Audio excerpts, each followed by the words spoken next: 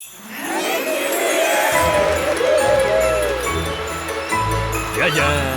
내가 돌아왔다. 안녕하십니까. 비유성형외과 김정민 원장입니다.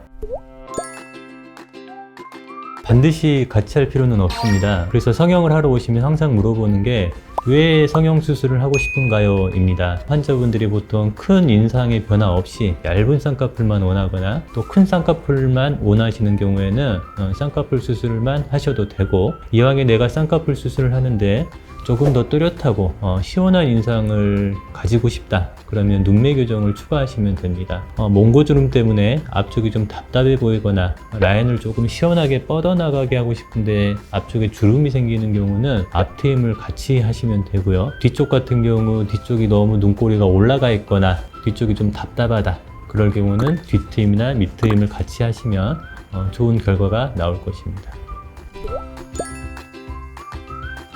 크고 시원한 눈을 싫어하는 사람들은 거의 없는 것 같습니다. 그래서 눈 성형도 되도록 눈이 커지고 시원하게 보이는 방향으로 이렇게 진행을 하는데요. 본인의 어떤 골격 안에서 커지는 거기 때문에 어느 정도 효과가 정해져 있습니다.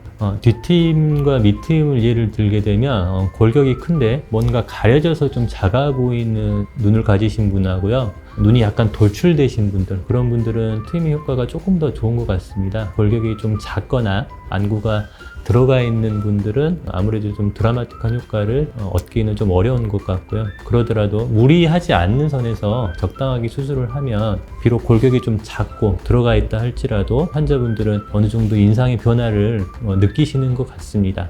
여러 번 수술을 했더라도 흉터나 조직의 상태가 적당하다면 재수술이 가능하고, 한 번의 수술을 받았더라도 상태가 너무 안 좋은 경우는 본인이 원하는 결과가 어려울 수도 있습니다. 윗트임과 눈매 교정은 전혀 다른 수술입니다. 목표 자체가 다르고요. 눈의 앞쪽, 위쪽을 피부가 중점적으로 정리를 해가지고 시원하게 만들어주는 것이 윗트임이고, 눈매 교정은 눈 뜨는 근육의 힘을 보강을 해줘서 눈을 조금 더 또렷하게 만들어주는 수술입니다. 예를 들어서 눈 뜨는 힘이 약한 사람이 쌍꺼풀 수술만 했다면 아무리 윗트임을 하더라도 또렷한 인상을 가지기가 되게 어렵겠죠. 그럴 때는 눈매 교정을 같이 해줘야지 또렷한 인상이 될 것입니다.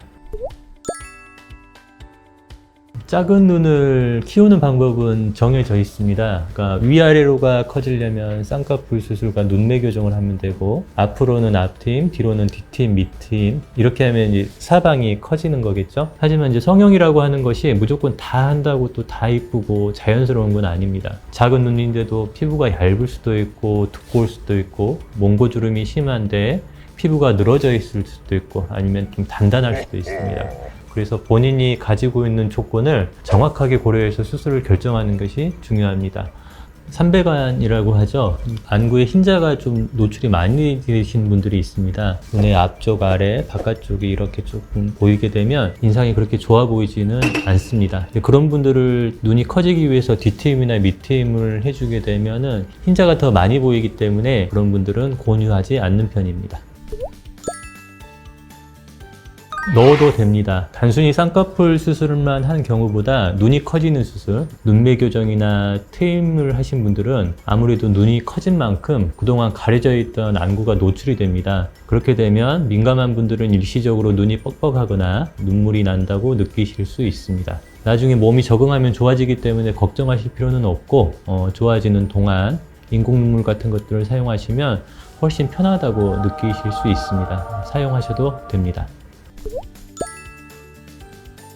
쌍꺼풀 수술을 할 때 쌍꺼풀을 얇게 또는 크게 하는 것처럼 눈매 교정도 조금 할 때 있고 많이 할 때도 있습니다. 상황에 따라서 이제 조절을 하는 거죠. 눈을 어느 정도 잘 뜨는 사람이 조금 더 또렷하게 되고 싶다, 그러면 눈매 교정을 조금만 해도 될 것이고, 눈 뜨는 힘이 약한 사람 같은 경우는 눈매 교정을 많이 해야지 효과가 있겠죠. 그래서 상황에 따라서 적절하게 수술 방법을 결정하면 잘 풀리는 것 같지는 않습니다. 개인적으로는 피부가 좀 얇거나 쌍꺼풀을 너무 크게 하지 않거나 눈매 교정을 좀 적당히만 해도 될 것 같은 분들은 비절개 눈매 교정을 권유하는 편이고, 눈매 교정을 좀 많이 해줘야 된다 그러면 절개 눈매 교정을 권유하는 편입니다. 누가 비절개 눈매 교정이 안 좋다고 이렇게 물어봤나 보네요.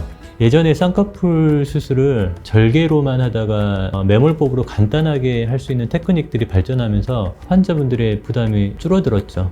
회복도 빠르고 자국도 덜 남고. 하지만 매몰을 하고 싶은데 또 눈매 교정을 하고 싶다. 그러면 또 다시 절개를 해야만 했거든요. 근데 또 이번에는 비절개 눈매 교정이라고 굳이 절개를 하지 않더라도 매몰을 하면서 눈매 교정을 할 수 있는 그런 테크닉이 발전하다 보니까 또 다시 환자분들이 부담이 줄어들었죠.